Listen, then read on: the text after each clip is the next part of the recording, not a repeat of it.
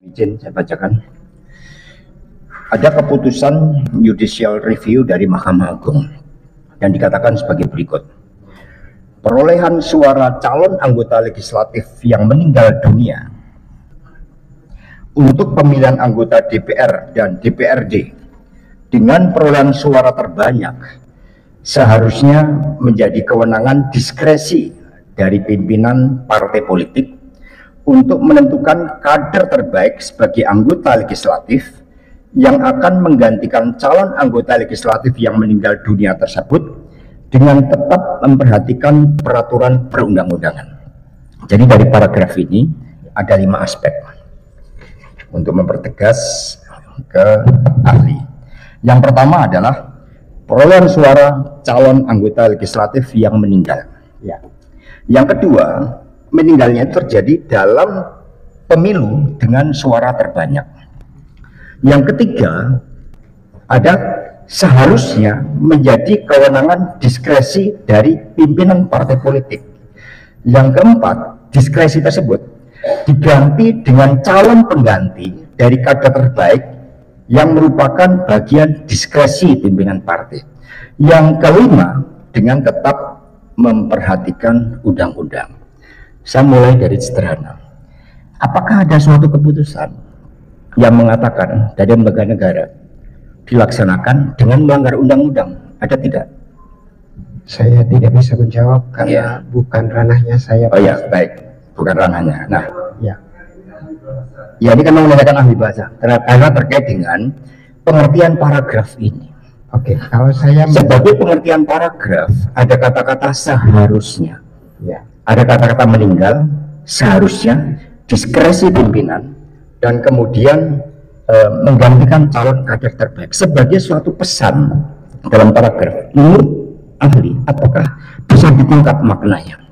Kata seharusnya di situ, saya kalau menafsirkan kalimat itu, sebenarnya undang-undang itu tidak, pernyataan itu atau kalimat-kalimat itu tidak tegas.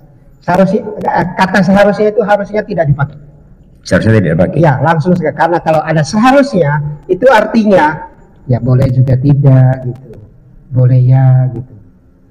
Harusnya kalau tegas langsung saja tanpa kata seharusnya dalam kalimat. Tidak tegas pernyataannya. Jadi kalau tidak ada seharusnya adalah menjadi kewenangan diskresi pimpinan partai politik untuk menentukan kader terbaik. Betul sekali, itu maknanya. Oke, baik, terima kasih. Baik. Berkaitan dengan pemaknaan dari paragraf ini untuk menentukan kader terbaik sebagai pengganti calon anggota legislatif yang meninggal dunia.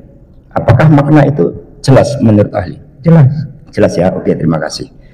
Kemudian yang selanjutnya terkait dengan proses komunikasi. Tadi saudara ahli mengatakan bahwa yang dimaksudkan konteks itu adalah rangkaian dari komunikasi. Di dalam komunikasi antara pemberi, penyampai informasi, dan penerima, apakah dari rangkaian teks itu langsung bisa? Rekan-rekan pers, jadi hari ini dihadirkan saksi ahli bahasa. Setelah sebelumnya adalah saksi-saksi fakta, termasuk juga saksi dari penyidik KPK yang menjadi saksi. Nah, dari keterangan saksi ahli tadi nampak bahwa ilustrasi yang disampaikan, konteks yang disampaikan itu berasal dari penyidik. Nah, sehingga tentu tujuan maksudnya kita bisa paham terhadap kepentingan dari penyidik yang juga bertindak sebagai pemeriksa, sebagai saksi, pokoknya merangkap banyak. Nah, untuk itu kita akan lihat edisi yang kedua nanti, dan untuk itu kepada penasihat hukum untuk dapat memberikan keterangan yang jelas pendapat saksi sebagaimana saksi ahli pidana yang lalu itu sangat dipengaruhi oleh ilustrasi dari penyidik. Ketika ilustrasi yang berubah, maka jawabannya analisisnya juga mengalami perubahan.